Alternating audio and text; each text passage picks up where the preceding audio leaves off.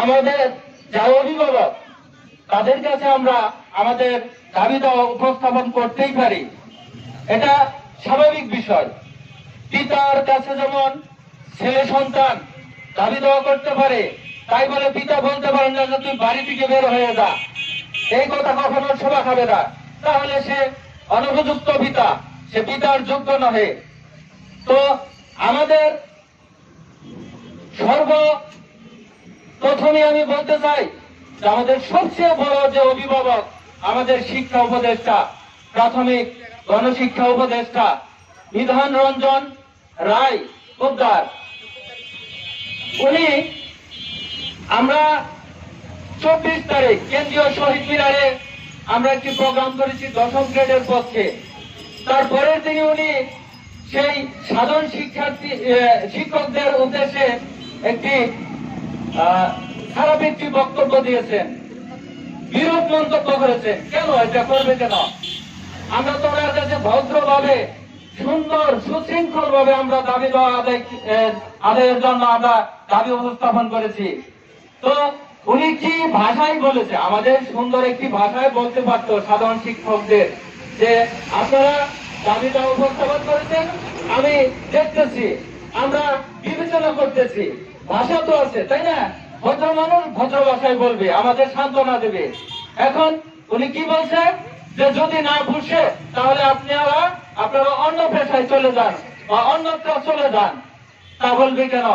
সেই হিসেবে আমি বলতে চাই যে আমরা এই 6 লক্ষ শিক্ষক, সরকারি প্রাথমিক বিদ্যালয়ের 6 লক্ষ শিক্ষক আছে, এই 6 লক্ষ শিক্ষক আমরা আপনাকে ডেকে আনি নাই এইখানে, আমরা আপনাকে এইখানে ডেকে আনি নাই।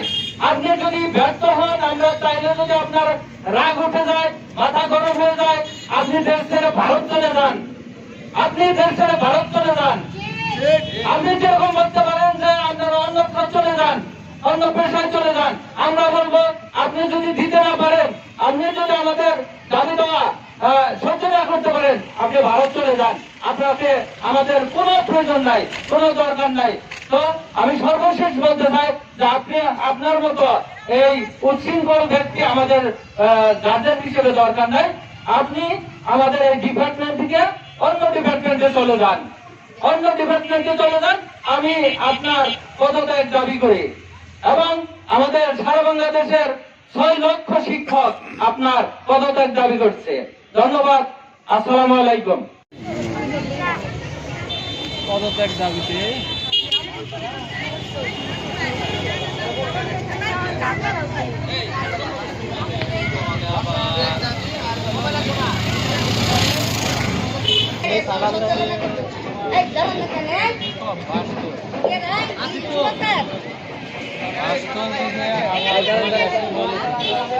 আমরা লাইভ দেন, আমরা আর দিব না দিলে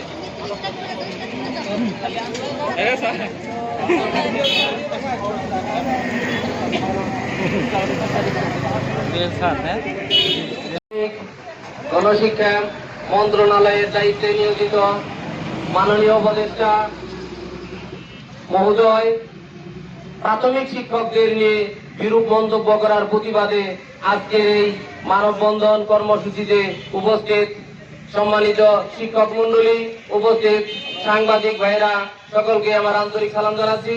আসসালামু আলাইকুম। আমার মনে হয় প্রাথমিক ও গণশিক্ষা উপদেষ্টা মহোদয় কোন প্রাথমিক বিদ্যালয়ে শিক্ষকের নিকট পড়াশোনা করেনি। উনি যদি প্রাথমিক বিদ্যালয়ে শিক্ষকের নিকট পড়াশোনা করতেন তাহলে অবশ্যই প্রাথমিক বিদ্যালয়ের শিক্ষকদের শ্রদ্ধার সাথে কথা বলতেন। কোন বাবা মা যদি তার সন্তানকে খাবার তুলে নাও দিতে পারে, তারপরেও কিন্তু কোন পিতা মাতা তার সন্তানকে বলে না যে তুমি বাড়ি থেকে চলে যাও, তোমাকে আমি খাবার দিতে পারবো না। কিন্তু ওই বাবা মা যত কষ্টই হোক তবু তার সন্তানের মুখে খাবার তুলে দিয়ে হাসি মুখে মেনে নেয় যত দুঃখ কষ্ট। কিন্তু আমাদের অভিভাবক প্রাথমিক গণশিক্ষা উপদেষ্টা মহোদয় যেভাবে বললেন, এ চাকরিটি না পোষালে অন্য পেশায় চলে যান, অন্য পেশায় চলে যান। আমরা অন্য পেশায় চলে যাব, তবু আগামী প্রজন্মের জন্য আমরা এই প্রাথমিক শিক্ষকদের জন্য 10ম গ্রেড নিশ্চিত করে যেতে চাই। আমরা অন্যতি বিলম্বে প্রাথমিক শিক্ষকদের জন্য 10ম গ্রেড